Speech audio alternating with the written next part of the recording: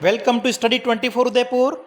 आज के इस वीडियो में हम छत्तीसगढ़ सेट 2017 इकोनॉमिक्स सेकंड का जो आपका पेपर था उसको आज के इस वीडियो में हम डिस्कस करेंगे।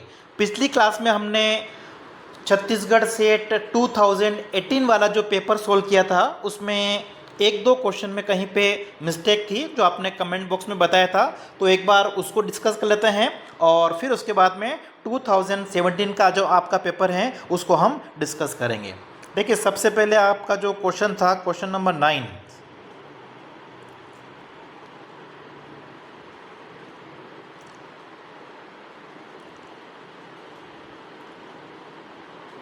ठीक है, इसमें क्या है, देखिए 9th क्वेश्चन आपका जो है, अल्पकाल तथा दीर्घकाल में फिलिप्स वक्र किस आधार पर भिन्न होता है। देखिए, अल्पकालीन फिलिप्स वक्र की अगर हम बात करते हैं तो ये आपका डाउनवर्ड स्लोप होता है इस तरीके से, ठीक है, जो बेरोजगारी और मुद्रास्फीति की दर में विपरीत संबंध को बताता है। जबकि दीर्घकाल में क्या होता है, जो बेरोजगारी की दर है और मुद्रास्फीति की दर है उनमें कोई ट्रेड ऑफ विनिमय नहीं होता, मतलब उनमें किसी प्रकार का संबंध नहीं होता है। ठीक है, तो इस आधार पर अल्पकाल और दीर्घकाल के आधार पर अगर हम अंतर देखेंगे तो ये आपका जो करेक्ट आंसर इसमें कौन सा हो जाएगा, ऑप्शन हमारा सी, कांस्टेंट एसोसिएटेड। ठीक है, नियतांक समागम। उसके बाद में देखिए आपका 18th क्वेश्चन है,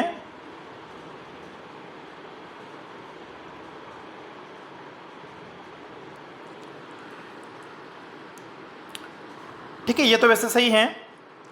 भारत में केंद्र सरकार के कुल राजस्व में जो आपका आयकर है, ठीक है, जो व्यक्तिगत आयकर है उसका अंश कितना है ये पूछा हुआ है। केंद्र सरकार के कुल कर राजस्व में किस कर का योगदान सर्वाधिक है। तो इसमें मैंने आपको बताया था कि करेक्ट आंसर आपका कौन सा है, ऑप्शन ए।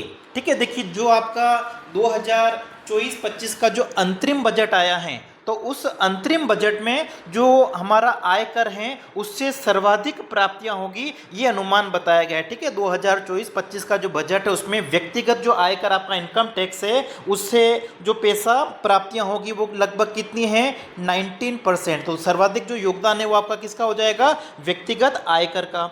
उसके बाद में देखिए जो जीएसटी है वो सेकंड नंबर पे आ गया। बाकी पिछले वर्ष जो था जीएसटी का योगदान सर्वाधिक था, लेकिन 2024-25 का जो अंतरिम बजट उसके अनुमान के आधार पर देखें तो जीएसटी से जो कर प्राप्तियां होगी वो कितनी होगी, 18%। और जो आपका कॉरपोरेशन टैक्स है, निगम कर है, उसका योगदान कितना है, 17% 2024-25 की अगर हम बात कर रहे हैं। ठीक है, और पिछला जो बजट था आपका 2023-24 के आधार पर अगर देखें, ठीक है, 2023-24 के आधार पर अगर आप देखोगे जो आपका बजट आया था 2023-24 का, उस बजट के आधार पर देखोगे तो उसमें जीएसटी का योगदान सर्वाधिक था। ठीक है, जीएसटी का जो योगदान था कुल कर प्राप्तियों में वो आपका कितना था, 17%। जबकि जो आपका निगम कर है और आयकर, कॉरपोरेशन टैक्स और इनकम टैक्स का जो हिस्सा था वो कितना था, 15%। तो 2024-25 के आधार पर अगर आप देखोगे वर्तमान समय के जो डेटा होते हैं ना वही आपको एग्जाम में पूछे जाते हैं। तो इसमें तो आपका आंसर क्या है, ये सही है। इसमें आपने साथ में वेगनर लिखा था, इसका मतलब क्वेश्चन इससे पहले देखिए, क्वेश्चन नंबर वो 18th नहीं होगा। ठीक है, कौन सा होगा आपका 16th, कि राज्य की बढ़ती गतिविधियों के नियम के प्रतिपादक कौन हैं। तो इसमें मैंने आपको गलत बता दिया, मैंने शायद आपको वाइजमैन पिकॉक बता दिया था। ठीक है, जबकि इसमें करेक्ट आंसर आपका कौन सा होगा, ऑप्शन सी। ठीक है, राज्य की बढ़ती गतिविधियों के जो नियम के प्रतिपादक हैं वो कौन हैं, वो आपके वेगनर हैं। ठीक है, इन्होंने एक तरह से राज्य के क्रियाकलाप में वृद्धि का सिद्धांत दिया था। मतलब इन्होंने क्या बताया था कि जैसे जैसे अर्थव्यवस्था विकास होता है तो आर्थिक विकास के साथ साथ में जो सार्वजनिक व्यय है, सरकार का जो खर्चा है वो क्या होता है, बढ़ता जाता है। सार्वजनिक व्यय बढ़ता जाता है, सरकार के कार्य बढ़ते जाते हैं, इसी को हम क्या कहते हैं, राज्य के क्रियाकलापों में वृद्धि का सिद्धांत। तो ये सार्वजनिक व्यय का वेगनर का जो सिद्धांत है, ठीक है, मैंने आपको आपको पिकोक वाइजमैन की जो परिकल्पना थी उसके आधार पर बता दिया था। ठीक है, पिकोक वाइजमैन परिकल्पना हम क्या पढ़ते हैं कि जो सरकार का सार्वजनिक व्यय होता है वो वोटिंग मतदान से प्रभावित होता है, मतलब जो राजनीतिक निर्णय होते हैं ना उनसे प्रभावित होता है। मतलब जो सरकार होती है अपने जनप्रतिनिधि का जो चुनाव करती हैं उससे वो क्या देखेगी, अपने को अधिकतम लाभ मिले इस बात को ध्यान में रखते वो क्या करती हैं, मतदान करती हैं, वोटिंग करती हैं। और सरकार भी करों का जो निर्धारण करती है उस निर्धारण करते समय क्या ध्यान रखती हैं, लोगों की क्या प्रतिक्रिया होगी उसी को वो ध्यान में रख के करों का निर्धारण करती हैं। कोई संकटकालीन समय है, चाहे वो युद्ध की स्थिति हो गई, तो उसमें सरकार क्या कर सकती हैं, ज़्यादा कर लेती है, क्योंकि उसमें लोग ज़्यादा कर देने के लिए तैयार हो जाते हैं। ठीक है, और भविष्य में भी वो क्या करते हैं, उन अधिक करों को वो सहन कर लेते हैं। और उसमें उन्होंने 3 प्रकार के प्रभावों की व्याख्या की थी। एक तो आपका विस्थापन प्रभाव है, डिस्प्लेसमेंट इफेक्ट जिसको हम कहते हैं। ठीक है, कि सार्वजनिक व्यय अगर बढ़ता है तो कर बढ़ेंगे, ऋण बढ़ेगा, आय बढ़ेगी, और भविष्य में ये कम नहीं होते, मतलब सरकार के खर्च के रूप में ये प्रतिस्थापित हो जाते हैं। एक इसमें हमने निरीक्षण प्रभाव पढ़ते हैं, और एक आपका केंद्रीकरण प्रभाव पढ़ते हैं जिसमें संकट काल हो गया, आपका बाढ़ है, युद्ध है, उस समय एक तरह से क्या होता है, केंद्र सरकार की जो भूमिका होती है वो बढ़ जाती है। तो इसको आप एक बार देख लीजिएगा। ठीक है, जो आपका 16 है कि राज्य की बढ़ती गतिविधियों के नियम के जो प्रतिपादक है वो कौन है, वेगनर हैं। ठीक है, एक देखिए आपका 63 था, क्रय शक्ति समता यह दर्शाती है कि भुगतान संतुलन की असमतुल्यता की जो स्फीति का परिणाम है।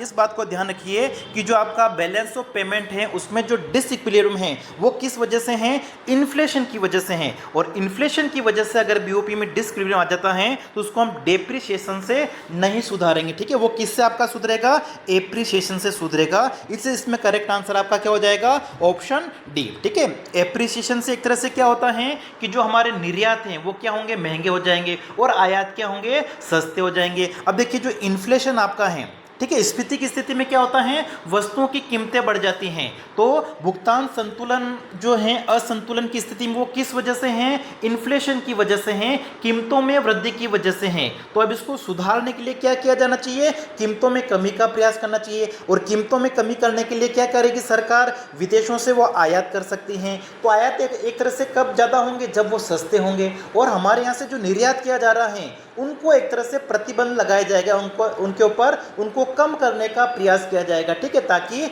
जो कीमतें बढ़ गई हैं वो एक तरह से कम हो जाए। तो इन्फ्लेशन की वजह से अगर जो आपका बीओपी डिसइक्विलिब्रियम आ जाता है, भुगतान संतुलन जो है वो असंतुलन की स्थिति में आ जाता है, तो उसको दूर करने के लिए ठीक है क्या करना चाहिए, एप्रिसिएशन। ठीक है, विदेशी विनिमय दर को कीमत वृद्धि के उसी प्रतिशत से उन्नयन करके एप्रिसिएशन करना पड़ेगा। तो ये आपका इसमें करेक्ट आंसर तो डी ही रहेगा। ठीक है, ए नहीं होगा। और एक जो MRTP एक्ट आपका है, ठीक है, MRTP एक्ट, ठीक है, जो एकाधिकारी होती हैं, एकाधिकार को नियंत्रित करने के लिए ये एक्ट आपका सबसे पहले जो लाया गया था वो कब लाया गया था, 1969 में। और 1991 में इसको संशोधित किया गया था और नया एक्ट लाया था। तो प्रारंभ में तो आपका ये कब आया था, 1969 में आया था। ठीक है, बाद में उसमें संशोधन हुए थे, जैसे 1984 में हुआ था, 1991 में अंतिम रूप से इसमें संशोधन हुआ था। उसके बाद में देखिए जो ये MRTP एक्ट हैं उसको 2002 में एक तरह से जो आपका कंपटीशन एक्ट हैं उसके साथ में इसको प्रतिस्थापित किया गया था। ठीक है, तो 2002 में इसकी जगह MRTP जो आपका एक्ट था उसकी जगह कौन सा एक्ट आ गया है, कंपटीशन एक्ट आ गया है। ठीक है, जो MRTP एक्ट था उसको कैंसिल करके उसकी जगह 2002 में कंपटीशन एक्ट लाया गया था। ठीक है, इसके लिए भारतीय प्रतिस्पर्धा जो आपका आयोग है उसकी स्थापना की गई थी। तो ये कुछ चीज़ें थी आपके जो 2018 का पेपर था उसमें। अब देखिए 2017 का जो पेपर है उसको हम स्टार्ट करते हैं।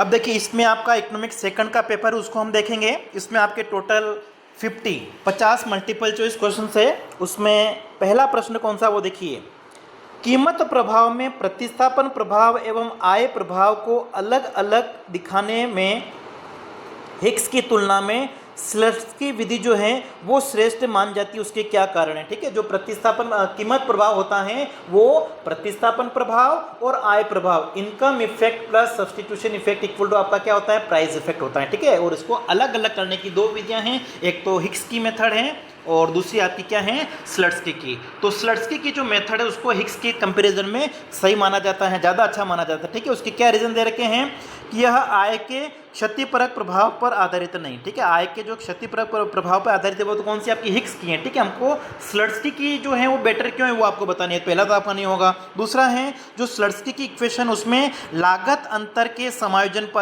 आधारित है। ठीक है, ये बिल्कुल सही है। ठीक है, जो आपका स्लट्सकी का जो तरीका है, विधि है, वो लागत अंतर को शामिल करती है, उसके ऊपर आधारित है। उसके आधार पर वो क्या करती हैं? कीमत प्रभाव में से आय प्रभाव और प्रतिस्थापन प्रभाव को अलग करती हैं। हिक्स की विधि में एक तरह से कंपेंसेट किया जाता है। ठीक है, जो क्षतिपूरक होता है उसके आधार पर किया जाता है। तो सेकंड तो आपका यहाँ पे क्या है? सही है।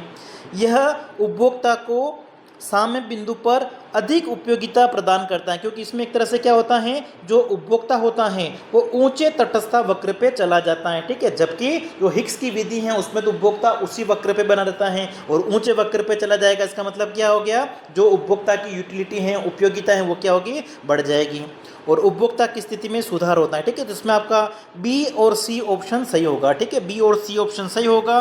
तो इसमें से आपको कोड दे रखे हैं, उसमें से आपको देखना है। ठीक है, तो ऑप्शन आपका कौन सा हो जाएगा?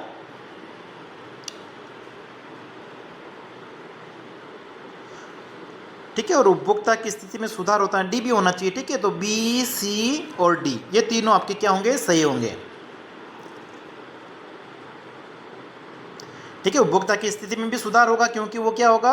ऊंचे उदासीनता वक्र पे चला जाएगा। तो यहाँ पे आपकी ये तीनों जो स्टेटमेंट है, दूसरा, तीसरा और चौथा, मतलब बी, सी, डी ये सही है, इसलिए आपको इसमें से चुनना है। ठीक है, तो करेक्ट आंसर आपका कौन सा हो जाएगा? ऑप्शन हमारा सी।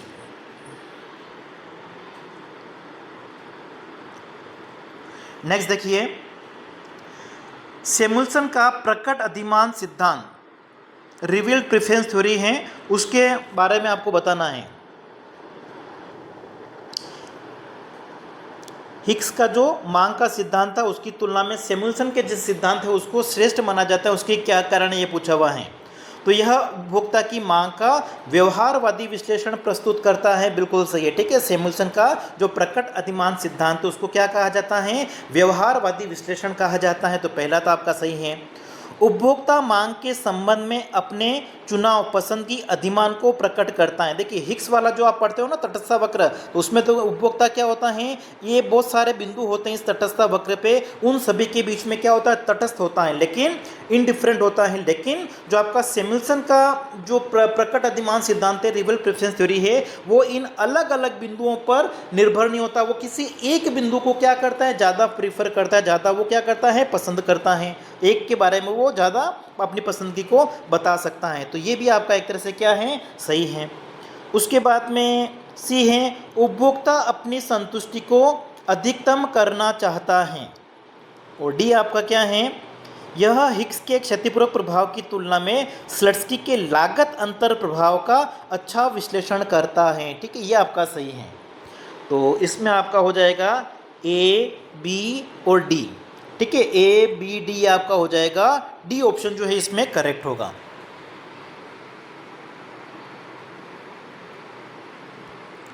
अगला देखिए, साधनों की कीमत निर्धारण के लिए अलग से सिद्धांत की क्यों आवश्यकता है?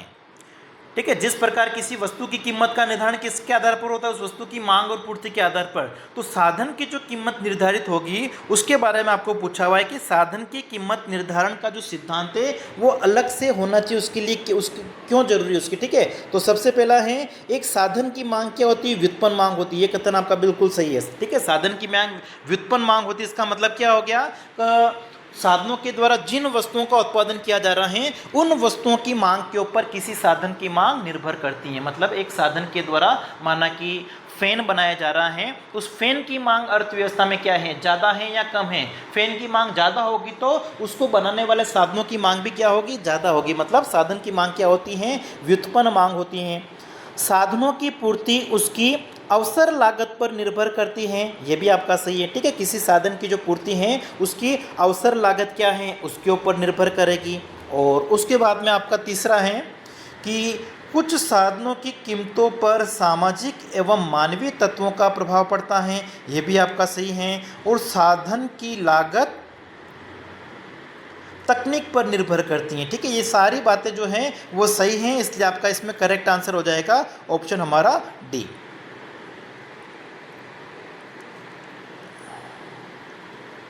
अगला देखिए, यहाँ पे हमको अभिकथन दे रखा है और उसका कारण दिया हुआ है।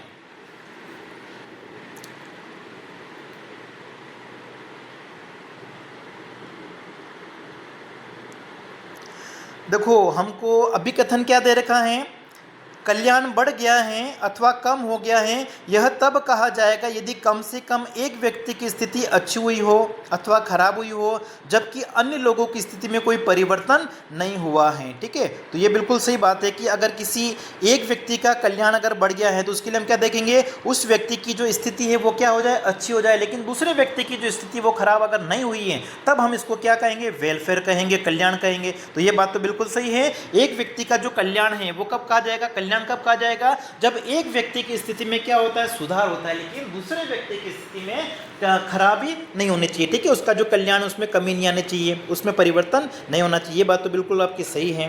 कारण दे रखा है, परिवर्तन से लाभ उठाने वाला व्यक्ति हानि उठाने वाले व्यक्ति की क्षतिपूर्ति करके भी अच्छी स्थिति में हो, तो इसको भी हम क्या कहेंगे, कल्याण कहेंगे। ठीक है, अगर देखिए एक व्यक्ति की कल्याण में अगर दो अर्थव्यवस्था में किसी प्रकार के परिवर्तन से अगर एक व्यक्ति की जो स्थिति है उसमें सुधार होता है, लेकिन दूसरे व्यक्ति की जो स्थिति है अगर वो खराब हो जाती है, तो जितनी उसकी स्थिति खराब हुई है अगर उसको लाभ प्राप्त करने वाला व्यक्ति उसको क्या कर दे, उतना भुगतान अगर कर देता है, ठीक है, उसकी जो क्षति हुई उसकी अगर पूर्ति कर देता है, तो ये आपका एक तरह से क्या कहलाएगा, सुधार कहलाएगा। तो ये बात भी आपकी क्या है, बिल्कुल सही है। ठीक है, तो यहाँ पे अगर आप देखोगे तो आपका जो आंसर है ये कथन तो क्या है, सही है। ठीक है, लेकिन इसका जो कारण दे रखा है वो एकमात्र कारण नहीं है। ठीक है, कल्याण जो होता है वो दूसरे और तत्वों पर भी निर्भर कर सकता है। इसका मतलब जो करेक्ट आंसर है इसमें आपका कौन सा हो जाएगा, ऑप्शन आपका फर्स्ट, ए और आर दोनों सही है। आपका जो अभिकथन था वो भी सही है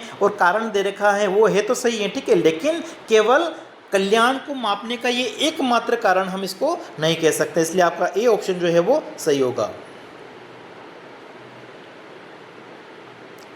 अगला देखिए, यहाँ पर भी हमको अभिकथन दे रखा है और एक कारण दे रखा है।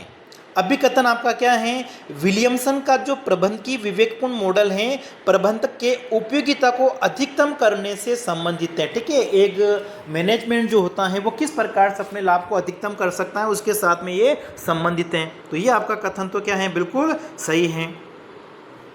फिर कारण क्या दे रखा है इसका, यह स्टाफ पर व्यय, प्राप्तियां एवं विवेकपूर्ण व्यय कोष का फलन है। ये बात बिल्कुल सही है। ठीक है, विभिन्न उसका खर्चा कितना करना है, ठीक है, उसके जो भी स्टाफ है जैसे उस पर खर्चा कितना होगा, उसकी प्राप्तियां क्या होगी, ये एक तरह से सही से मैनेजमेंट करने की आवश्यकता होती है, तभी एक फर्म को क्या होगा, उत्पादक को क्या होगा, लाभ होगा। तो ये भी आपका सही है, इसलिए करेक्ट आंसर इसमें आपका हो जाएगा ऑप्शन ए। नेक्स्ट देखिए, मांग के नियम के अनुसार वस्तु की मांगी गई मात्रा कीमत के साथ में विपरीत दिशा में बदलती हैं। मतलब कीमत अगर बढ़ती है तो वस्तु की मांग क्या होगी, घटेगी। ये आपका मांग का नियम है, ये सही है बिल्कुल, कि मांग का नियम क्या बताता है, वस्तु की कीमत और मांगी गई मात्रा के बीच में विपरीत संबंध को दर्शाता है। तो ये तो आपका क्या है, सही है। दूसरा देखिए क्या इसका कारण क्या दे रखा है, सीमांत उपयोगिता ह्रास नियम के अनुसार प्रत्येक बाद वाली इकाई अपने पहली वाली इकाई की तुलना में कम संतुष्टि प्राप्त करती है, इसलिए उपभोक्ता कम कीमत पर अधिक मात्रा खरीदता है। तो ये इसका कारण जो दे रखा है वो भी क्या दे रखा है, सही है। लेकिन किसी वस्तु की कीमत बढ़ने से उस वस्तु की मांग घटेगी। ठीक है, तो उसके क्या क्या कारण हो सकता है, आपका सीमांत उपयोगिता ह्रास नियम, लॉ ऑफ मार्जिनल यूटिलिटी हो सकता है, लेकिन उसके अलावा और भी कारण है, जैसे आपका इनकम इफेक्ट है, सब्सटीट्यूशन इफेक्ट है, प्राइस कम होने पर नए कंज्यूमर आ जाते हैं, ठीक है, वस्तु की कीमत कम होने पर उसको खरीदने वाले नए उपभोक्ता बाजार में आते हैं। तो ये बहुत सारे और भी कारण है, तो केवल एकमात्र कारण आपका सीमांत उपयोगिता ह्रास नियम नहीं है। इसलिए करेक्ट आंसर इसमें से आपका कौन सा हो जाएगा? ऑप्शन ए और आर, मतलब अभिकथन भी आपका सही है, कारण भी सही है, लेकिन ये जो आपका अभिकथन दे रखा है इसका एकमात्र कारण ये नहीं है सीमांत उपयोगिता ह्रास नियम, इसके अलावा और भी हैं, जैसे मैंने आपको बता दिए हैं। प्राइस इफेक्ट हो गया आपका, कीमत प्रभाव हो सकता है, आय प्रभाव होता है एक, तो कि कीमत अगर घटती है तो उपभोक्ता की वास्तविक आय बढ़ जाती है, इसलिए वस्तु की मांग को क्या करता है? ज़्यादा करता है। प्रतिस्थापन प्रभाव भी प्रभावित करता है, वस्तु की कीमत कम होने पर पहले जो उपभोक्ता उसको नहीं खरीद रहे थे वो भी उसको खरीदने लग जाएंगे, जिससे उसकी मांग क्या होगी? बढ़ जाएगी। तो और भी कारण होते हैं, ठीक है, इसलिए इसमें आपका करेक्ट आंसर हो जाएगा ऑप्शन ए।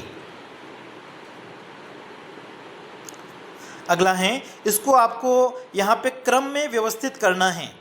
मांग के नियम दे रखे हैं तो बिल्कुल सिंपल सा है। इसमें सबसे पहले आपका कौन सा आया? मार्शल का आया था, ठीक है। मांग का जो गणनावाचक दृष्टिकोण है, जो आपकी कार्डिनल अप्रोच है, वो सबसे पहले आई थी। उसके बाद में हिक्स की आई थी, कौन सी? ऑर्डिनल क्रमवाचक विचारधारा आई थी। तो सबसे पहले आपका क्या आना चाहिए? बी आना चाहिए। उसके बाद में क्या आना चाहिए? ए आना चाहिए। उसके बाद में आपका आया है सैमुअल्सन का रिवेल प्रेफरेंस थ्योरी, ठीक है, मांग का जो प्रकट अधिमान सिद्धांत है। फिर आपका क्या आना चाहिए? डी। और सबसे लास्ट में आपका आ जाएगा सी, BADC, ठीक है, BADC, मतलब आपका आंसर कौन सा हो जाएगा? B option. ठीक है, बाजार के स्वरूप को आपको इसमें क्रम के अनुसार व्यवस्थित करना है। तो सबसे पहले देखिए इसमें आ जाएगा आपका पूर्ण प्रतियोगिता की अवधारणा, उसके बाद में एकाधिकार की अवधारणा है, उसके बाद में आपका एकाधिकारात्मक प्रतियोगिता, और सबसे अंत में अल्पाधिकार की अवधारणा, ठीक है। इसके अनुसार आपको यहाँ पे क्रम में व्यवस्थित करना है। अगला है, कल्याणवादी अर्थशास्त्र क्रम से व्यवस्थित कीजिए, ठीक है। वेलफेयर इकोनॉमिक्स की अगर हम बात करें तो सबसे पहले आपका जो नियो क्लासिकल है, पिगू की अवधारणा आई थी सबसे पहले, ठीक है। पिगू और मार्शल का जो कल्याणवादी अर्थशास्त्र है वो सबसे पहले आया था। तो सबसे पहले आपका क्या आना चाहिए? इसमें ए आना चाहिए। उसके बाद में आपका आया था परेटो का, तो फिर आपका आ जाएगा सी। उसके बाद में आपका आया था हिक्स कार्डर कहा जाता है, ठीक है, क्षतिपूर्ति हम जो मापदंड कहते हैं, तो फिर आ जाएगा आपका डी। और सबसे बाद में आया था आपका बर्गरसन का, ठीक है। तो क्रम आपका हो जाएगा ACDB, ACDB, मतलब आपका डी ऑप्शन जो है वो यहाँ पे सही होगा।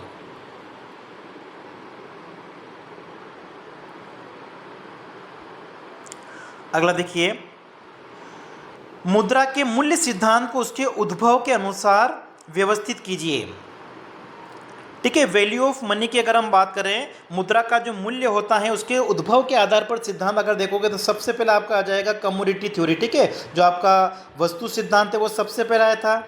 उसके बाद में आपका आया था लेन देन सिद्धांत आया था, फिशर का जो है। उसके बाद में आपका मुद्रा का नकद शेष आया था, कैम्ब्रिज व्याख्या जो हम करते हैं। और सबसे लास्ट में आपका आधुनिक जो है किसको कहा जाता है? फ्रीडमैन का मूल्य सिद्धांत जो आपका है, ठीक है। तो इसके अनुसार आपका क्रम सबसे पहले क्या जाना चाहिए? ए आना चाहिए, फिर आपका आना चाहिए बी आना चाहिए, फिर आपका आना चाहिए डी, और फिर आ जाएगा आपका सबसे लास्ट में सी। ये आपका सही क्रम हो जाएगा,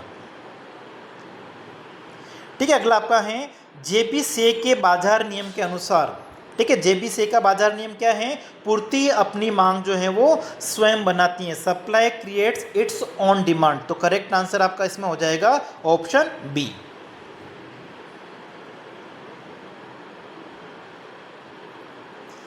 अगला देखिए, किन्स के अनुसार अनुमान प्रमाण के लिए मुद्रा की मांग प्रतिलोमित होती है, ठीक है। यहाँ पे देखिए इसका इंग्लिश वर्जन अगर पढ़ोगे तो आपका ये क्या है? स्पेकुलेटिव मोटिव डिमांड, मतलब सट्टा उद्देश्य के लिए मुद्रा की जो मांग होती है वो किसके ऊपर निर्भर करती है? किन्स के अनुसार। तो ये किसके ऊपर निर्भर करती हैं? ब्याज की दर के ऊपर, ठीक है। मुद्रा की मांग के 3 उद्देश्य बताए थे किन्स ने। एक तो सतर्कता उद्देश्य बताया था जो आय के ऊपर निर्भर करता है, एक लेन देन उद्देश्य बताया था जो भी आय के ऊपर निर्भर करता है, और तीसरा उद्देश्य आपका कौन सा था? सट्टा, स्पेकुलेटिव। और किसके ऊपर डिपेंड करता है? रेट ऑफ इंटरेस्ट के ऊपर, ब्याज की दर के ऊपर। तो करेक्ट आंसर आपका हो जाएगा बी ऑप्शन।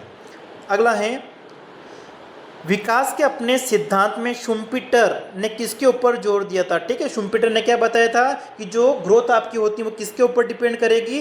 इनोवेशन, ठीक है। नव प्रवर्तन जो होते हैं, एक उद्यमी क्या करता है अर्थव्यवस्था में? नए नए इनोवेशन करता है, नव प्रवर्तन करता है, और नव प्रवर्तन से क्या होगा? अर्थव्यवस्था में आर्थिक विकास की गति तेज होगी, ठीक है। तो यहाँ पे करेक्ट आंसर इसमें आपका हो जाएगा सी ऑप्शन। अगला देखिए, अपने संबंधियों और पड़ोसियों के उपभोग पैटर्न की नकल करता है। ठीक है, एक व्यक्ति क्या करता है, उपभोग जो करता है वो किसके ऊपर निर्भर करता है, उसके जो पड़ोसी हैं वो किन वस्तुओं का प्रयोग कर रहे हैं उसको देख के अगर कोई उपभोक्ता निर्णय लेता है तो इसको एक तरह से क्या कहा जाएगा, तो इसको हम डिजनबेरी की जो परिकल्पना पढ़ते हैं उसमें हम क्या पढ़ते हैं, इसको आपका प्रदर्शनकारी प्रभाव। ठीक है, डेमोन्स्ट्रेशन इफेक्ट जो आपका होता है। तो करेक्ट आंसर आपका कौन सा हो जाएगा इसमें, ऑप्शन डी। अच्छा, डी केवल सही है, बाकी ये तो हम नहीं कहेंगे। ठीक है, कूट दे रखे हैं आपको, तो इसमें ये डी ऑप्शन आपका सही हो जाएगा। ठीक है, कि केवल डी आपका जो प्रदर्शनकारी प्रभाव है, ठीक है, डिजनबेरी का वो ही। अगला देखिए, अल्प बेरोजगारी साम्य। ठीक है, अंडर एम्प्लॉयमेंट इक्विलिब्रियम की अगर हम बात कर रहे हैं तो ये किन्स का जो अर्थशास्त्र है उसके साथ में संबंधित है। जो क्लासिकल इकोनॉमिक्स थे, प्रतिष्ठित अर्थशास्त्री थे, उन्होंने क्या बताया था, अर्थव्यवस्था में फुल एम्प्लॉयमेंट होता है, पूर्ण रोजगार होता है। लेकिन किन्स ने उसकी आलोचना की थी और किन्स ने क्या बताया था, अर्थव्यवस्था में फुल एम्प्लॉयमेंट नहीं होता है। ठीक है, क्या होता है, कुछ बेरोजगारी अवश्य पाई जाती है। अंडर एम्प्लॉयमेंट लेवल पर ही क्या होगा, अर्थव्यवस्था का संतुलन होगा। तो यहाँ पे करेक्ट आंसर हो जाएगा ऑप्शन हमारा डी, केवल ए ही सही है। ठीक है, जो अल्प रोजगार साम्य वो किसके साथ में संबंधित हैं, किन्स के अर्थशास्त्र के साथ में संबंधित हैं।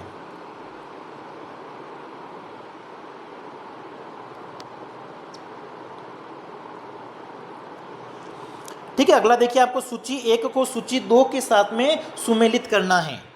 ठीक है, सूची 1 को सूची 2 के साथ में आप यहाँ पे सुमेलित कीजिए। तो सबसे पहले देखिए, अस्वैच्छिक बेरोजगारी जो है वो किस में आपके किन्स के साथ में संबंधित हैं, तो सबसे पहले आपका आ जाएगा सेकंड।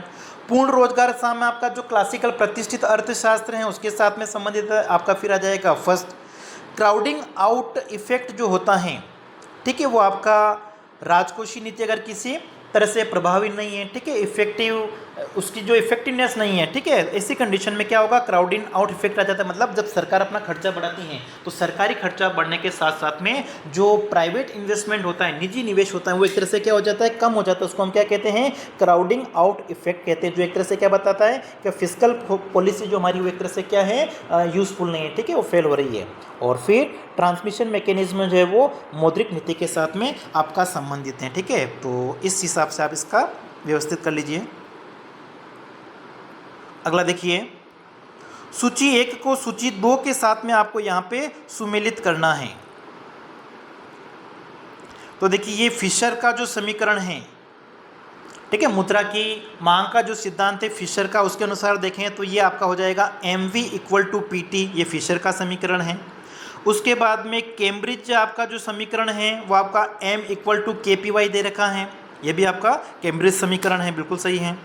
फिर जेम्स टोबिन मुद्रा मांग का पोर्टफोलियो उपागम दिया था। ठीक है, एक लोग क्या करते हैं, मुद्रा को अपने पास में विभिन्न रूपों में पोर्टफोलियो के रूप में रखते हैं, ये आपका जेम्स टोबिन का मानना था। और बोमल का जो था वो मुद्रा की मांग मतलब वो माल सूची के रूप में अपने पास में रखते हैं। मतलब ये जो क्रम दे रखा वो सही है आपका। तो आपका क्या आना चाहिए, सबसे पहले 1 आना चाहिए। ठीक है, ये दोनों सही है, ये भी सही है, ये भी सही है और ये भी सही है। इसका मतलब 1 2 3 4 आपका क्रम से होना चाहिए।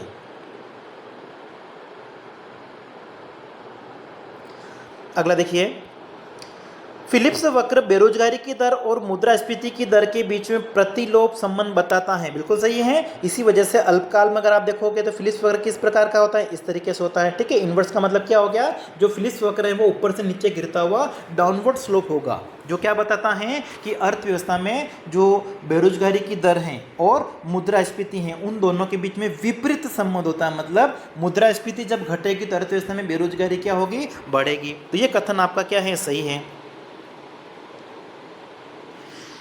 फिर देखिए, इसका कारण आपको क्या दे रखा है, दीर्घकालीन फिलिप्स वक्र के अनुसार दीर्घकाल में मुद्रास्फीति दर जैसा भी हो, अर्थव्यवस्था बेरोजगारी की प्राकृतिक दर से गतिशील बना रहता है।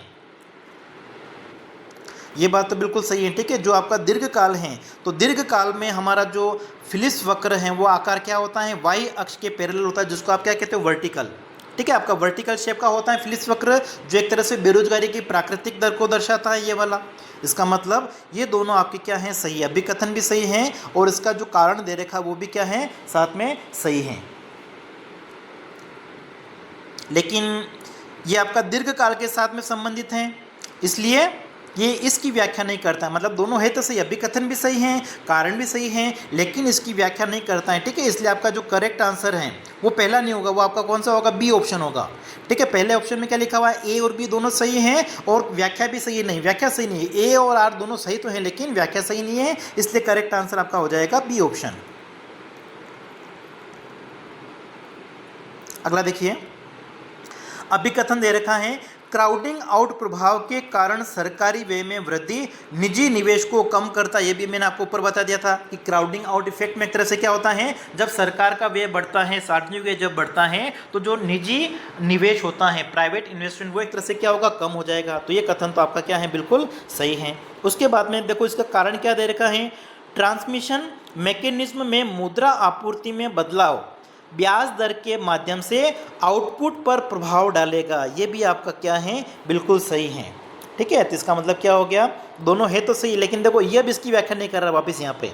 ठीक है, ये आपका मौद्रिक नीति के साथ में संबंधित हैं, तो देखिए, और ये आपका फिस्कल पॉलिसी के साथ में संबंधित है। तो ए और आर दोनों सही हैं, लेकिन व्याख्या जो है वो सही नहीं है, इसलिए आपका करेक्ट आंसर इसमें कौन सा बैठेगा, ऑप्शन आपका बैठेगा इसमें ए।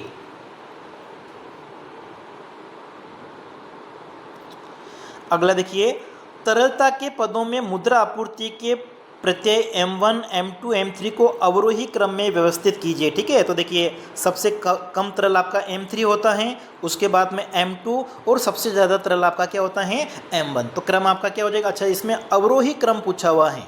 ठीक है, अवरोही क्रम का मतलब जो सबसे ज़्यादा तरल हैं उसको आपको पहले लिखना है यहाँ पे। तो सबसे ज़्यादा तरल आपका M1, उसके बाद में M2, उसके बाद में M3। तो M1, M2, M3, मतलब इसमें ए ऑप्शन आपका जो है वो सही होगा। अगला देखिए, गरीबी के दुष्चक्र के मांग साइड का सही अनुक्रम क्या है।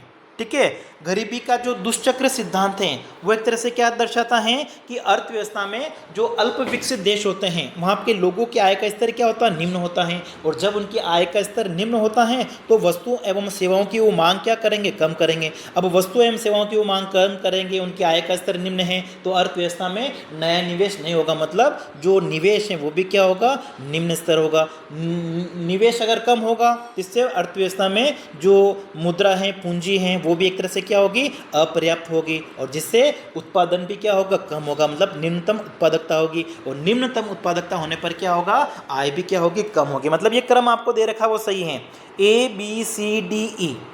ठीक है, A B C D E, मतलब आपका सही आंसर कौन सा हो जाएगा, ऑप्शन ए हो जाएगा।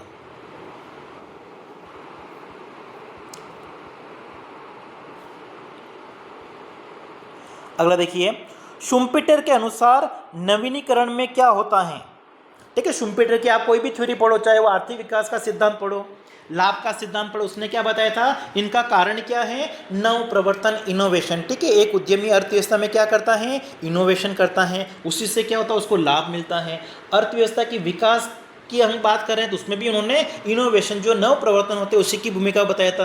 और नव प्रवर्तन का मतलब क्या हो गया, किसी नई वस्तु या नए उत्पाद की खोज हो सकता है। ठीक है, तो नए उत्पाद का प्रवेश हो सकता है, या वस्तु को बेचने के लिए नए मार्केट की अगर खोज कर दी जाए, नए मार्केट भी हो सकता है। उत्पादन की कोई नई टेक्नोलॉजी, नई विधि की अगर शुरुआत की जाए, ये भी हो सकता है। कच्चे माल के नए स्रोत भी हो सकते हैं, लेकिन यहाँ पे क्या लिखा हुआ है आपके, कच्चे माल के पुराने स्रोत। ठीक है, पुराने नए अगर स्रोत हैं तो वो भी आपका नव प्रवर्तन में आया था शुम्पेटर के अनुसार। तो ए बी सी यहाँ पे आपका सही होगा। ठीक है, ए बी सही होगा, इसमें करेक्ट आंसर आपका हो जाएगा सी ऑप्शन। अगला देखिए, इसमें भी आपको सूची 1 को सूची 2 के साथ में सुमेलित करना है। तो देखिए, नाइफ एज प्रॉपर्टी की अगर हम बात करें, चाकूधार संतुलन की अगर हम बात करें तो ये आपका हेरोडोमर मॉडल के साथ में संबंधित है। तो सबसे पहले तो आपका क्या आना चाहिए, फर्स्ट आना चाहिए। उसके बाद में सर्कुलेशन कोजेस की बात करें तो ये आपका मिडल के साथ में संबंधित है, ये भी आपका सही है। इतिहास का पदार्थिक व्याख्या कार्ल मार्क्स के द्वारा की गई थी, और जो आपका क्रिटिकल मिनिमम इफोर्ट थ्योरी है वो किसके साथ में संबंधित है, लिबेनस्टीन के साथ में। ठीक है, क्रांतिक न्यूनतम प्रयास या बिग न्यूनतम जो आपका धक्का है उसको हम कहते हैं। ठीक है, न्यूनतम जो क्रांतिक प्रयास के सिद्धांत है वो किसके साथ में संबंधित हैं, लिबेनस्टीन के साथ में। तो इसमें आपका डी में क्या आ जाएगा, थर्ड। ठीक है, इसके अनुसार आप देख लीजिए, सबसे पहले 1 2 4 3। ठीक है, 1 2 4 3 आपका कहाँ है, डी ऑप्शन में। अगला देखिए, अभी कथन दे रखा है हमको, एडम स्मिथ ने आर्थिक मामलों में हस्तक्षेप की नीति का समर्थन किया था। बिल्कुल सही है। ठीक है, एडम स्मिथ का मैं क्या मानना था कि जो आर्थिक क्रियाएं होती है उसमें सरकार को किसी प्रकार का हस्तक्षेप नहीं करना चाहिए, ये आपका सही है। फिर है, एडम स्मिथ के अनुसार श्रम विभाजन में श्रम उत्पादकता में वृद्धि होती है। मतलब श्रम विभाजन मतलब क्या हो गया कि श्रम को अलग अलग कार्य दे दिए जाए तो इससे क्या होगा, उनकी उत्पादकता क्या होगी, बढ़ेगी। लेकिन ये इसका कारण नहीं है।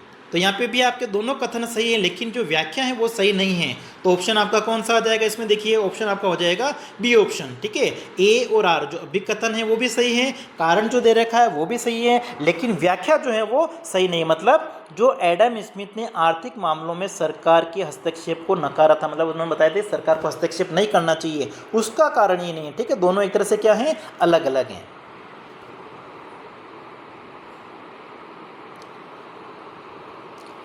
ठीक है, अगला देखिए, प्रोफेसर रॉबिन्स के अनुसार वास्तविक विकास दर, आश्वस्त विकास दर और स्वाभाविक विकास दर के बीच केवल खुशनुमा घटना ही समानता ला सकती हैं। ठीक है, 3 प्रकार की यहाँ पे विकास दर की बात की गई है। आपकी जो वारंटेड रेट ऑफ ग्रोथ हैं, एक्चुअल ग्रोथ रेट हैं और नेचुरल ग्रोथ रेट हैं। ठीक है, जो हेरोडोमर का मॉडल था उसके बारे में रॉबिन्सन ने कहा था कि इसके बीच में एक खुशनुमा माहौल होगा तो ही ये हो सकता है। ठीक है, तीनों के बीच में संतुलन हो सकता है, ये आपका अभिकथन है। इसमें कारण क्या दे रखा है, हेरोड की पहली समस्या ही हेरोड की दूसरी समस्या का आरंभ होना है, अर्थात अस्थिरता समस्या। ठीक है, तो ये बात भी बिल्कुल आपकी क्या है, सही है। तो इसमें अगर आप देखोगे तो दोनों कथन तो क्या है, सही है। ठीक है, लेकिन वापस यहाँ पे भी वही स्थिति है कि यहाँ पे एक्सप्लेन जो है वो नहीं हो रहा है इसका। मतलब इसमें भी आपका करेक्ट आंसर कौन सा हो जाएगा, ऑप्शन हमारा बी। अगला देखिए, निम्न में से कौन से कथन सही हैं।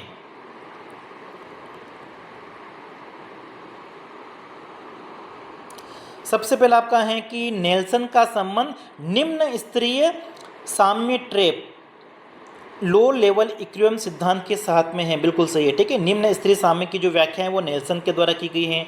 नरकसे का संबंध सर्कुलेशन कोजेशन सिद्धांत के साथ में है। ठीक है, नहीं ये नहीं होना चाहिए। फिर आपका हर्षमैन जो है उसका संबंध असंतुलित वृद्धि के सिद्धांत से है। मतलब हर्षमैन का क्या मानना था कि अर्थव्यवस्था के सभी क्षेत्रों में एक साथ निवेश नहीं करना चाहिए, पहले केवल जो चुने हुए क्षेत्र उन्हीं में विकास करना चाहिए और निवेश करना चाहिए और फिर दूसरे क्षेत्रों में निवेश करना चाहिए। एडम स्मिथ का संबंध आधिक्य सरप्लस के मार्ग की अवधारणा के साथ में वेंट फॉर सरप्लस की अगर हम बात करें तो ये एडम स्मिथ के साथ में संबंधित हैं। तो देखिए यहाँ पे कौन कौन से कथन आपके सही हो गए थे, एक तो ये सही था, सी सही था और डी सही था। ठीक है, ए सी डी, तो इसके हिसाब से आपको यहाँ पे कूट जो है वो चयन करना है। ठीक है, ए सी डी आपका ए ऑप्शन।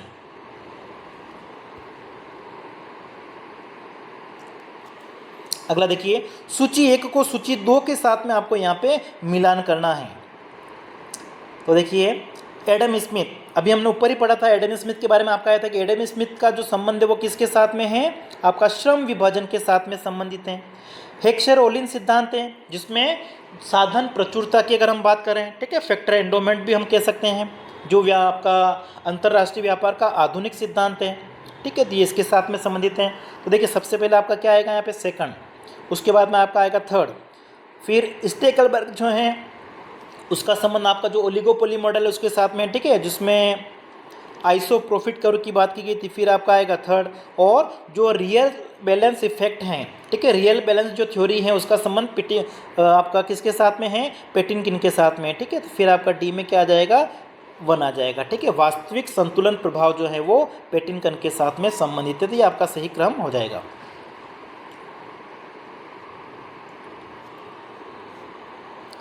अगला देखिए, अप्रत्यक्ष कर आय के वितरण में असमानता को बढ़ाते हैं, क्योंकि अप्रत्यक्ष कर जो होता है वो गरीब लोगों को भी उतना ही देना है, अमीर लोगों को भी उतना ही देना है। इससे क्या होगा, अर्थव्यवस्था में असमानता बढ़ेगी। तो ये कथन तो आपका क्या है, सही है। फिर उसके बाद में अप्रत्यक्ष करों का भार निर्धनों पर ज़्यादा पड़ता है, ये भी आपका सही है। ठीक है, निर्धनों को ज़्यादा देना पड़ रहा है। देखिए दोनों को देना तो बराबर मात्रा में है, लेकिन उसके बर्डन की अगर हम बात करें तो जो गरीब लोग होते हैं उनकी आय का स्तर कम होने से भार ज़्यादा किसके ऊपर पड़ेगा, गरीब लोगों के ऊपर।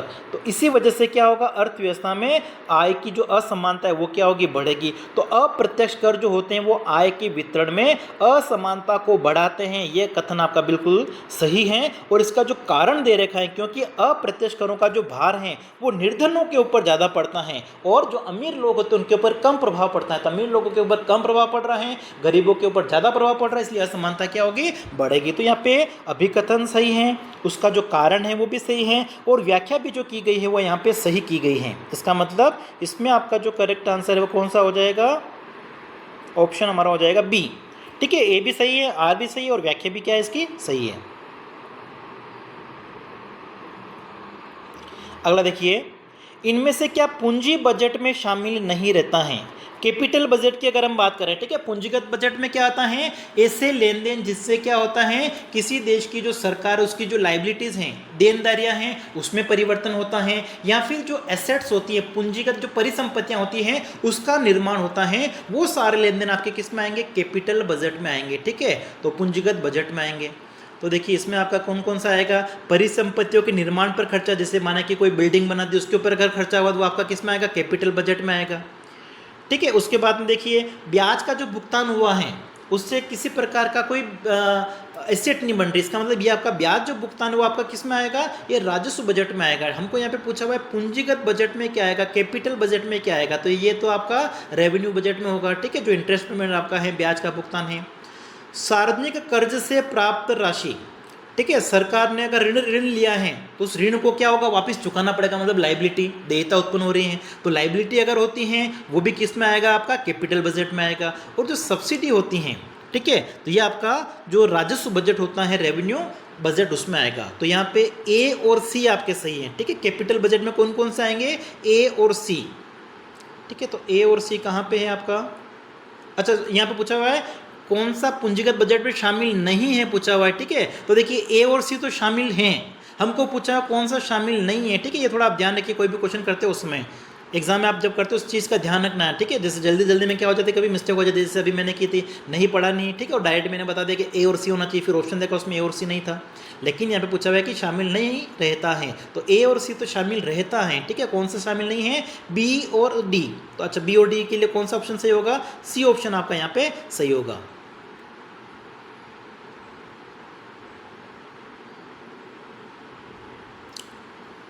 अगला देखिए, एकाधिकारी शक्तियाँ, ठीक है, एकाधिकारी शक्तियों से क्या होगा, उपभोक्ता की बचत कम हो जाती है, ये आपका गलत है। उत्पादक की बचत भी क्या होगी, कम हो जाएगी। एकाधिकारी शक्तियों से कीमत क्या होती है, बढ़ती है, यहाँ पे लिखा हुआ है कमी। ये तीनों कथन गलत लग रहे हैं। ठीक है, इसलिए करेक्ट आंसर आपका हो जाएगा डी। अगला देखिए, जब उत्पादन लागत शून्य हो उस समय एकाधिकारी के अंतर्गत कीमत निर्धारण ऐसा होगा जबकि कुल आय अधिकतम हो।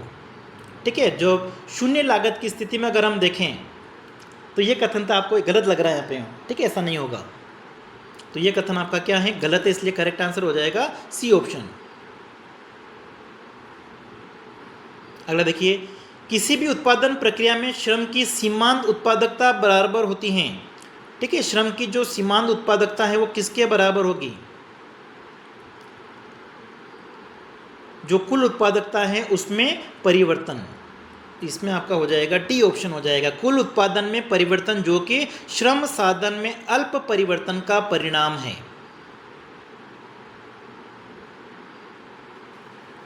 ठीक है, सही है, बिल्कुल डी आपका।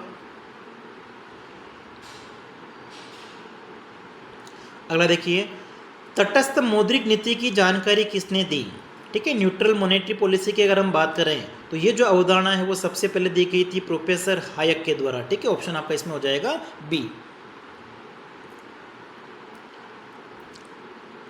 अगला देखिए, किस विचार पर बड़ा धक्का सिद्धांत का मूलाधार आधारित है। ठीक है, आपकी जो बिग पुश थ्योरी है वो किसके द्वारा दी गई थी, रोजनस्टीन रोदान के द्वारा। ठीक है, मतलब इन्होंने बताया कि अर्थव्यवस्था में आर्थिक विकास की गति को तेज करने के लिए क्या करना पड़ता है, एक बड़ी मात्रा में निवेश करना चाहिए। ठीक है, बड़ी मात्रा में निवेश की आवश्यकता होती, जिसको उन्होंने क्या कहा था, बिग पुश कहा था। तो बी का पुश सिद्धांत जो है वो मुख्य रूप से किस पे आधारित है, उसमें अविभाज्यताओं की बात की गई थी। कौन कौन सी अविभाज्यताओं, एक तो मांग की अविभाज्यता और दूसरा उत्पादन फलन की अविभाज्यता। तो यहाँ पे बी और डी आपका सही है, ठीक है, बी और डी सही है। तो करेक्ट आंसर आपका कौन सा हो जाएगा इसमें, ऑप्शन डी, ठीक है, only B and D are correct.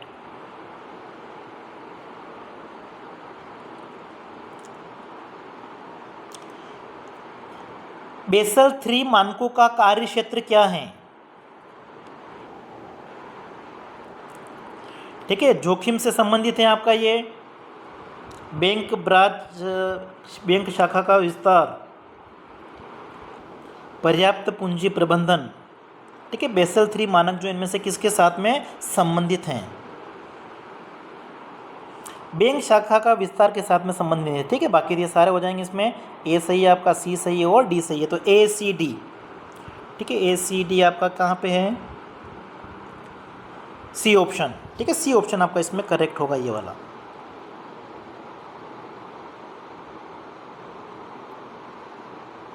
Next देखिए, अनेक अल्प विकसित देशों की विशेषताओं में से एक यह है कि उनमें अल्प बचत दर और अल्प पूंजी का निर्माण होता है। ये विशेषता हो तो जो अल्प विकसित देश होते हैं उनमें पाई जाती है, बचत का स्तर निम्न होता है, आय का स्तर निम्न होता है, निवेश का स्तर क्या होता है, निम्न होता है, पूंजी उनमें पूंजी की एक तरह से उनके पास में कमी होती है। तो ये सारी विशेषताएं तो अल्प विकसित देशों में देखने को मिलती हैं। अल्प विकसित देशों में यह मुख्य रूप से आय के निम्न स्तर के कारण होता है, ठीक है, वहाँ पे आय का स्तर निम्न होता है, इस वजह से बचत भी निम्न होगी, पूंजी निर्माण भी क्या होगा, निम्न होगा। तो ये भी सही है आपका, ये भी सही है कारण, और व्याख्या भी क्या है, सही है। इसका मतलब करेक्ट आंसर इसमें आपका कौन सा हो जाएगा, बी ऑप्शन।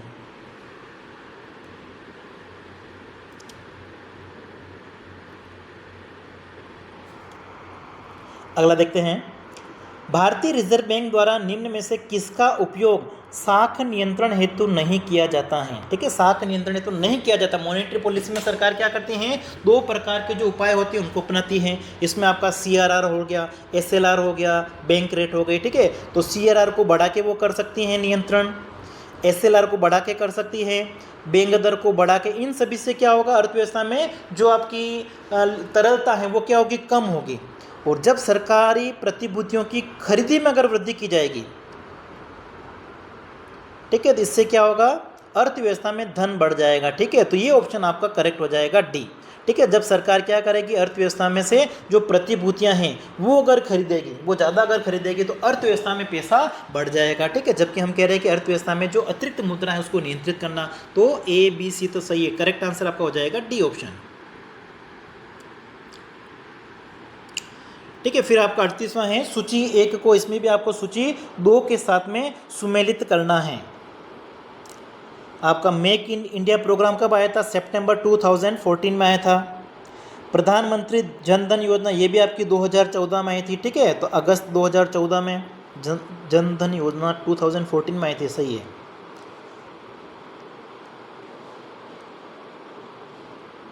फिर आपका नेशनल स्किल डेवलपमेंट मिशन ये आपका 2015 में, और स्टार्टअप आपका कब आया था, 2016 में, ठीक है। इस हिसाब से आपको यहाँ पे मैच करना है।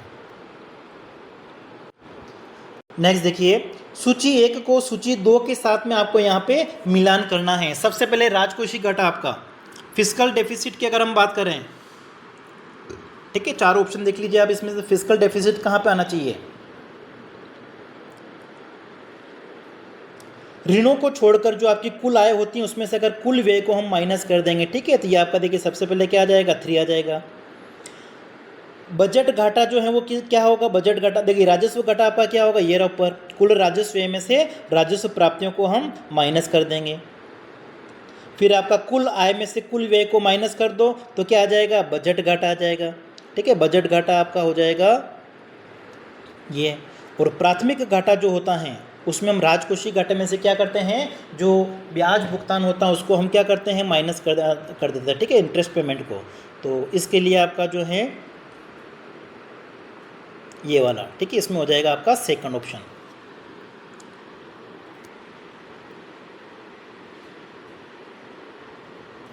ठीक है, फिर नेक्स्ट देखिए,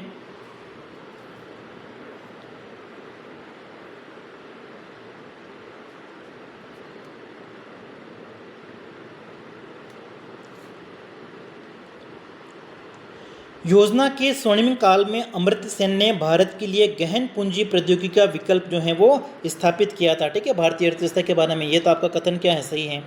भारत सापेक्षता श्रम प्रधान देश है। ठीक है, भारत में एक तरह से क्या है, श्रम ज़्यादा है, जनसंख्या ज़्यादा होने से श्रम क्या है, ज़्यादा है। तो यहाँ पे कथन भी आपको सही दे रखा है, कारण भी आपको सही दिया हुआ है, लेकिन ये इसका स्पष्टीकरण नहीं है।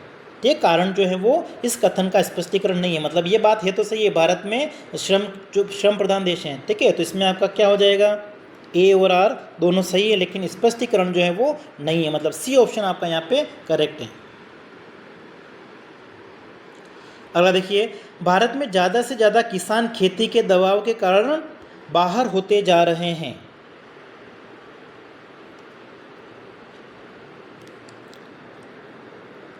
खेती से दबाव के कारण बाहर होते जा रहे हैं। ठीक है, क्योंकि वहाँ पे जो अतिरिक्त श्रम ज़्यादा लगा हुआ है उनको अगर हटा भी दिया जाए तो भी क्या होगा, कुल उत्पादन में किसी प्रकार का प्रभाव नहीं पड़ेगा।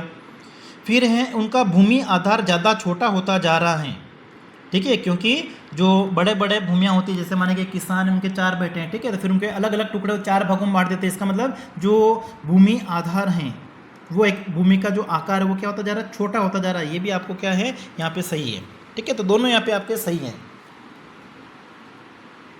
लेकिन इसका स्पष्टीकरण नहीं है। डी ऑप्शन आपका यहाँ पे सही हो जाएगा।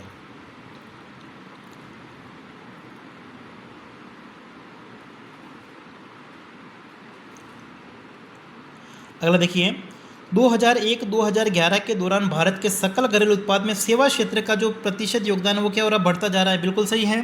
ठीक है, सेवा क्षेत्र का योगदान धीरे धीरे क्या हो रहा है, बढ़ता जा रहा है। बिल्कुल सही है। 2001-2011 की अवधि में भारत में जीवन प्रत्याशा भी बढ़ गई हैं। ठीक है, अभी जीवन प्रत्याशा 69 पॉइंट समथिंग कुछ इतनी है। ठीक है, तो ये बढ़ती जा रही है। ठीक है, तो ये भी आपका सही है, लेकिन यहाँ पे भी इसका आपस में कोई संबंध नहीं है, कथन का कारण के साथ में संबंध नहीं है। तो दोनों है तो सत्य, लेकिन स्पष्टीकरण नहीं है, इसलिए करेक्ट आंसर आपका कौन सा हो जाएगा, बी ऑप्शन।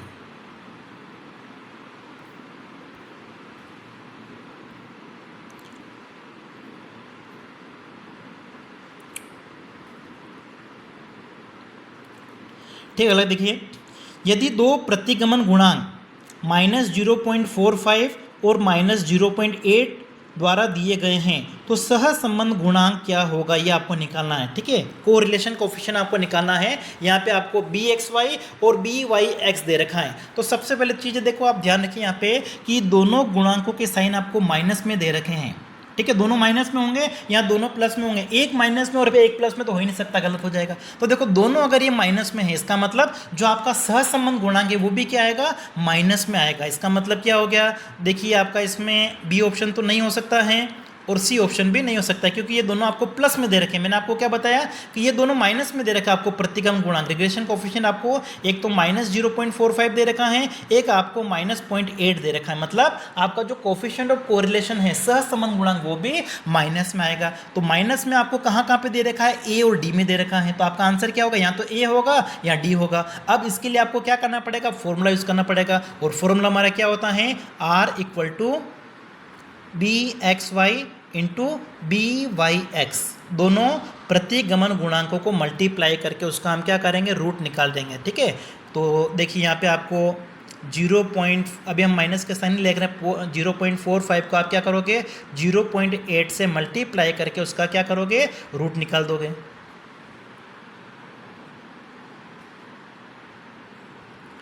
तो देखिए यहाँ पे आपको मल्टीप्लाई करने की भी जरूरत नहीं है। ठीक है, यहाँ पे आपको थोड़ा सा दिमाग लगाना है। 0.45 मल्टीप्लाई करोगे 0.8 से और उसका रूट निकालोगे। ठीक है, तो जो आपका R आएगा वो कितना आएगा, इन दोनों के बीच में आएगा। मतलब 0.45 से तो ज़्यादा आएगा और 0.8 से क्या आएगा, कम आएगा।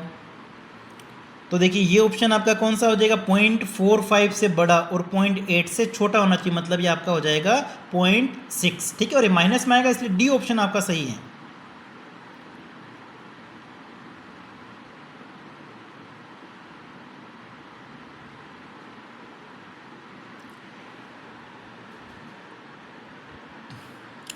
तो यहाँ पे देखिए आपका डी सही है। डी कहाँ पे है, डी तो आपको दे ही रखा है।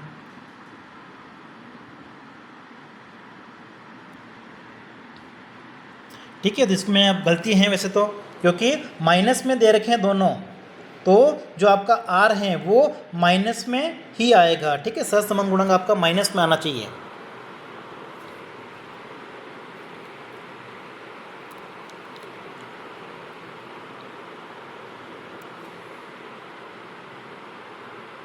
ठीक है, यहाँ पे आप दोनों को मल्टीप्लाई करके उसका रूट निकाल लेना, 45 इंटू 0.8।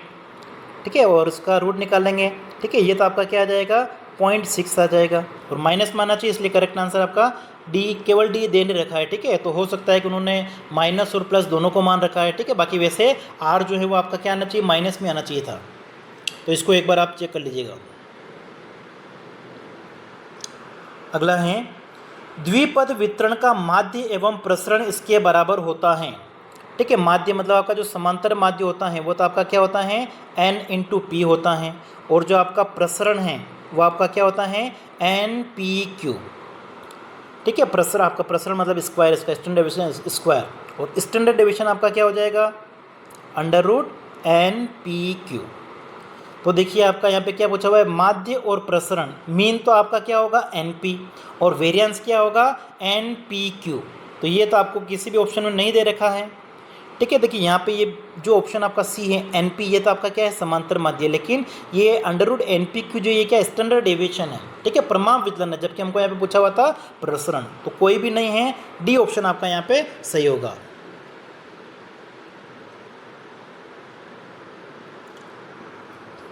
नेक्स्ट देखिए, किसी समंग समूह के विभिन्न पदों के समांतर माध्य से लिए गए विचलनों के वर्गों का समांतर माध्य का धनात्मक वर्गमूल प्रमाप विचलन कहलाता है। ठीक है, ये समांतर माध्य से हमने विचलन लिया, इसका हमने स्क्वायर किया, इसका समांतर माध्य निकालने के लिए आप n करोगे, वर्गमूल निकालने के लिए इसका अंडर रूट करोगे, तो ये हमारा किसका फॉर्मूला हो गया, स्टैंडर्ड डेविएशन का, प्रमाप विचलन का ये फॉर्मूला हो गया। इसका मतलब ये तो आपका अभिकथन क्या है, सही है। और यहाँ प्लस और माइनस चिन्हों को छोड़ा नहीं जाता है। ठीक है, ये बात भी आपकी बिल्कुल क्या है, सही है, क्योंकि जो आपका मीन डेविएशन होता है उसमें तो हम क्या करते हैं, डी एक्स या डी निकालने के लिए हम क्या करते हैं, सभी को हम प्लस मान लेते हैं। ठीक है, माइनस वाले हो या प्लस वाले, जो डेविएशंस होते हैं सबको प्लस माना जाता है, किसमें, माध्य विचलन में, मीन डेविएशन में। लेकिन प्रमाप विचलन में ऐसा नहीं किया जाता है। ठीक है, प्रमाप विचलन में जो डेविएशन आपके माइनस में है उसको माइनस में लिखते हैं, प्लस वाले को प्लस में लिखते हैं, फिर उसका हम स्क्वायर कर देते हैं, और स्क्वायर करने से क्या होगा, वो जो सारी वैल्यू है वो पॉजिटिव बन जाती हैं। ठीक है, तो यहाँ पे आप क्या हो जाएगा, देखो, लेकिन यहाँ पे ये आपका सही है, ये आपका सही है। ठीक है, लेकिन यहाँ पे भी ये इसका स्पष्टीकरण नहीं है, तो स्पष्टीकरण नहीं है, तो आपका आंसर कौन सा होगा इसमें, ऑप्शन सी। ठीक है, ए और आर दोनों जो कथन कारण लिखे वो है तो क्या है, सही है, लेकिन इसका स्पष्टीकरण ये नहीं है। अगला देखिए, अभिकथन ए, काल पीयर्सन का सहसंबंध गुणांक ज्ञात करने की सर्वश्रेष्ठ गणितीय विधि है। ठीक है, सहसंबंध गुणांक ज्ञात करने की स्पीयरमैन की विधि आपकी है। ठीक है, काल पीयर्सन की विधि है, लेकिन श्रेष्ठ किसको माना, संगाम्य विचलन विधि भी होती है, लेकिन श्रेष्ठ किसको माना जाता है, काल पीयर्सन की विधि को माना जाता है। क्यों माना जाता है, क्योंकि ये एक तरह से स्टैंडर्ड डेविएशन और मीन के ऊपर डिपेंड है। ठीक है, प्रमाप विचलन का इसमें प्रयोग किया जाता है, और प्रमाप विचलन को सबसे अच्छा माप माना जाता है। इसका मतलब अभिकथन सही है, इसका कारण सही है, और ये इसकी व्याख्या सही करा है, क्योंकि काल पीयर्सन का सहसंबंध गुणांक सर्वश्रेष्ठ क्यों माना जाता है, क्योंकि ये प्रमाप विचलन के ऊपर आधारित हैं, इसलिए। तो आंसर हो जाएगा आपका इसमें ए ऑप्शन।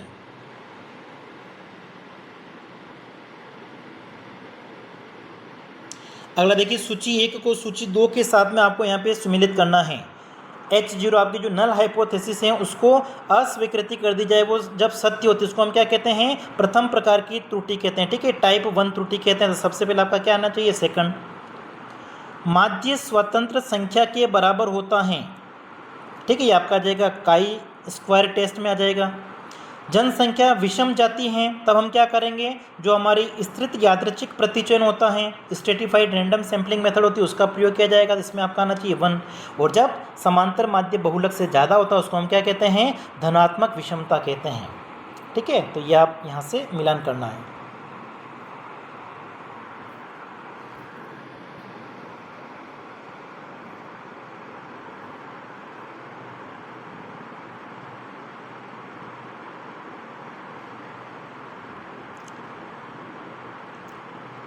ठीक है, अगला देखिए, निम्नलिखित में सुमेलित करें। प्रवृत्ति, प्रवृत्ति आपकी जो ट्रेंड वैल्यू होती है वो किसके साथ में संबंधित है? टाइम सीरीज के साथ में, काल श्रेणी के साथ में, ठीक है। तो ये आपका आ जाएगा 3। विचरण गुणांक, ठीक है। विचरण गुणांक हम कैसे निकालते हैं? जो आपका प्रमाप विचलन है उसमें समांतर माध्य का भाग दे दीजिए डिवाइड और मल्टीप्लाई कर दीजिए 100 से, तो विचलन गुणांक आपका फर्स्ट। फिर आपका समांतर माध्य एनपी अभी ऊपर आया था, जो आपका बाइनोमियल डिस्ट्रीब्यूशन होता है उसमें समांतर माध्य का आपका फॉर्मूला क्या होता है? n इंटू पी, तो ये द्विपद वितरण के साथ में संबंधित हैं। और सममित वितरण की अगर हम बात करें, ठीक है, सममित वितरण जो आपका होता है सिमेट्रिकल डिस्ट्रीब्यूशन, उसमें आपका जो कर्व है वो किस प्रकार से बनेगा? इस तरीका से घंटीनुमा, ठीक है, बेल शेप बनता है, जो आपका नॉर्मल डिस्ट्रीब्यूशन कर्व होता है। तो सममित वितरण जो आपका है वो किसके साथ में संबंधित है? सामान्य नॉर्मल डिस्ट्रीब्यूशन कर्व के साथ में संबंधित है।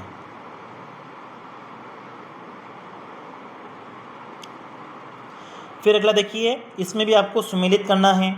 विस्तार, रेंज क्या होता है? अधिकतम और न्यूनतम मूल्यों का अंतर, मतलब इसमें दो मूल्य ही लिए जाते हैं, अधिकतम और न्यूनतम। इसका मतलब इसमें देखिए अधिकतम न्यूनतम तो कोई लिखा हुआ नहीं है। अच्छा, विचरण गुणांक, विचरण गुणांक ये अपकिरण का सापेक्ष माप होता है, ठीक है। गुणांक जो भी होते हैं वो सारे कौन से होते हैं? रिलेटिव मेजर्स होते हैं। तो विचरण गुणांक आपका है वो क्या है? अपकिरण का सापेक्ष माप है। फिर प्रसरण, प्रसरण आपका वेरिएंस क्या होता है? स्टैंडर्ड डेविएशन का स्क्वायर, ठीक है, प्रमाप विचलन का स्क्वायर होता है। अंतर चतुर्थक विस्तार, अंतर चतुर्थक विस्तार आपका होता है Q3 माइनस Q1, तो ये आपका अंतर चतुर्थक विस्तार हो जाएगा, ठीक है। तो ये विस्तार की तुलना में क्या होता है? थोड़ा छोटा होता है। और जो आपका विस्तार है उसमें हम क्या कर रहे हैं? केवल अधिकतम और न्यूनतम मूल्य को ही ले रहे हैं, ठीक है। मैक्सिमम जो हाईएस्ट वैल्यू क्या है और लोवेस्ट क्या, इसलिए इसमें हम कह सकते हैं कि सीमित सूचनाओं का ही प्रयोग किया जा रहा है यहाँ पे। तो विस्तार आपका हो जाएगा सीमित सूचनाओं का प्रयोग, विचरण गुणांक आपका हो जाएगा अपकिरण का सापेक्ष माप, प्रसरण आपका हो जाएगा प्रमाप विचलन का वर्ग, और अंतर चतुर्थक विस्तार जो है आपका वो विस्तार की तुलना में छोटा होता है। और फिर 50वां क्वेश्चन आज का हमारा अंतिम क्वेश्चन है इसमें। प्रसामान्य वक्र के अंतर्गत कुल क्षेत्र कितना होता है? ठीक है, ये आपका जो नॉर्मल डिस्ट्रीब्यूशन कर्व होता है इसमें जो पूरा ये एरिया होता है वो किसके बराबर होता है? 1 के बराबर होता है, मतलब सेकंड आएगा सबसे पहले। फिर प्रमाप विचलन का वर्ग अभी आया था हमारा, वेरिएंस होता है, प्रसरण उसको हम कहते हैं। फिर सममित वितरण में क्या होगा? सममित वितरण का मतलब हो गया कि जो आपकी विषमता है वो 0, और विषमता को आपने लिखा हुआ बीटा 1 क्या होना चाहिए? 0 होना चाहिए। और फिर विचलन गुणांक या विचरण गुणांक दोनों एक ही होता है, ठीक है, कोफिशिएंट ऑफ वेरिएशन जिसको हम कहते हैं। प्रमाप विचलन में समांतर माध्य का डिवाइड करके और फिर हम क्या करेंगे? उसमें मल्टीप्लाई कर देंगे 100 से। तो ये तो आपका हो गया विचरण गुणांक, प्रमाप विचलन का वर्ग आपका हो गया प्रसरण, सममित वितरण आपका हो गया ये, और फिर इसके अंदर कुल क्षेत्रफल आपका हो गया 1, ठीक है। तो इस तरीके से तो आप कोई भी वीडियो अगर देखते हो एमसीक्यू तो उसमें किसी प्रकार की कोई अगर मिस्टेक हो जाती है, साथ साथ में आप एक बार कमेंट बॉक्स पे देख लीजिए, ठीक है। या किसी क्वेश्चन में अगर आपको मिस्टेक लगती है उसमें आपको साथ साथ में कमेंट बॉक्स देख लीजिए, उसमें किसने कमेंट कर रखा हो तो उसको आप एक बार चेक कर लेना अपने लेवल पे, ठीक है, वो सही है या नहीं है। वैसे अधिकतर तो सही होता है, लेकिन 1-2 क्वेश्चन जो है उसमें कहीं कहीं मिस्टेक हो जाती हैं, ठीक है।